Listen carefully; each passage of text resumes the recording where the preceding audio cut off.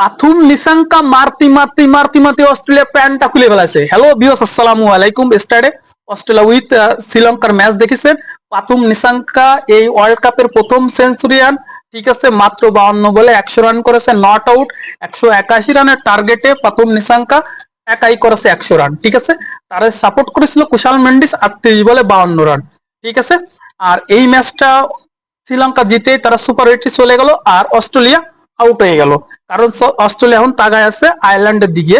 আর Ireland যদি জিম্বাবুয়ের হারাতে পারে, তো অস্ট্রেলিয়ার জন্য একটা চান্স থাকবে যে ওমানরা বড় ব্যবধানে হারায় তারা সুপার এইটে যাবে। কিন্তু আমি মনে প্যানে চাই যেন জিম্বাবুয়ে আয়ারল্যান্ডের চরম ভাবে হারায়। ঠিক আছে, আর অস্ট্রেলিয়া ভাই রয়ে যায়, কারণ অস্ট্রেলিয়ার মতো টিম রে আমাকে দরকার নেই ওয়ার্ল্ড কাপে।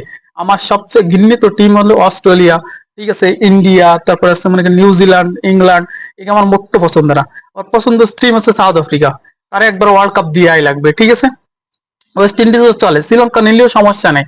ঠিক আছে, কিন্তু আমার কথা হচ্ছে জিম্বাবুয়ে যদি ভালো পারফর্ম করে, জিম্বাবুয়ের মানে বোর্ডে কিছু টাকা যায়, এর জন্য আলহামদুলিল্লাহ, কারণ জিম্বাবুয়ে সবসময় আমাদের সাপোর্ট করে।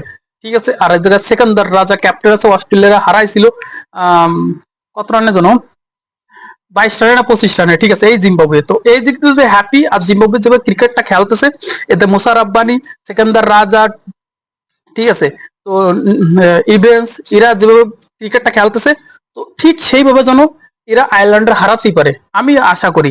দ্বিতীয় প্রশ্ন, অস্ট্রেলিয়া ব্যাটিং করেছে মিথিল মার্স, তার অহংকারের পতনের দিকে চলেছে। 2023 সালে ওয়ার্ল্ড কাপের উপর পা দিয়ে উঠছিল, মনে আছে আপনাদের? সেই মিথিল মার্স 27 বলে মাত্র 54 রান করেছে। ঠিক আছে, এদের আবার একটা ক্যামিও, এবার টেভিস হেড, ওরে বাবা সে তো ওড়ে, সে এবার 29 বলে 56 রান করেছে। ম্যাক্সওয়েলের তো মানে কই খানা নেই। ঠিক আছে, টোটালি মিলে 181 রানের টার্গেট দিছিল এদের। হাইসে খেলে 8 উইকেটে শ্রীলঙ্কা জিতে গেছে, মনে করেন যে কোনো কষ্ট ছাড়া।